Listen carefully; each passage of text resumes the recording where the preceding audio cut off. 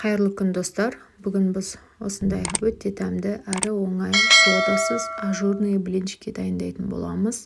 Менің каналыма тіркелмеген болсаңыз тіркеліп, лайк басып, комментарий қалдыруды ұмытпаңыз.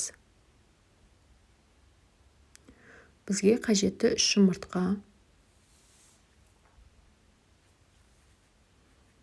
жарты шай қасық тұз,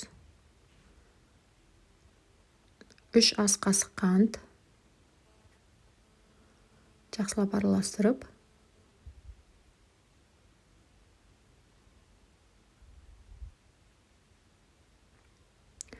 менде 1 стакан ұн, яғни ұнды біз толық салмаймыз, шетінен араластырып отырамыз. Жақсылап араластырамыз, түйіршіктер қалмау керек. Және 1 стакан сүт, бөлме температурасындағы.